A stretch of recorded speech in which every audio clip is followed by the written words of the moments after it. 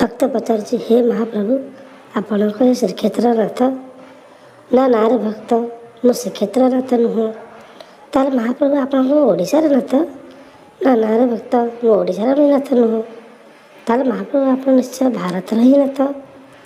ନା ନାଁରେ ଭକ୍ତ, ମୁଁ ଭାରତର ମଧ୍ୟ ନୁହଁ। ତାହେଲେ ମହାପ୍ରଭୁ ଆପଣ ନିଶ୍ଚୟ ଭାବରେ ପୃଥିବୀର ନାଥ? ନା ନାଁରେ ଭକ୍ତ, ମୁଁ ପୃଥିବୀର ନାଥ ବି ନୁହଁ। ହେ ମହାପ୍ରଭୁ, ତାହେଲେ କୁହନ୍ତୁ ପ୍ରଭୁ ଆପଣ କିଏ? ହେ ଭକ୍ତ ଶୁଣ, ତାହେଲେ ମୁଁ ହେଉଛି ଏ ମର୍ତ୍ତ୍ୟ ଭୁବନ ଆକାଶ ପାତାଳ ସମଗ୍ର ସଂସାର ଜୀବ ଗ୍ରହ ନକ୍ଷତ୍ର ଏ ସାରା ପୃଥିବୀର ଏ ସାରା ବିଶ୍ୱ ଜଗତର ମୁଁ ନାଥ, ଜଗତର ନାଥ, ଜଗତର ନାଥ।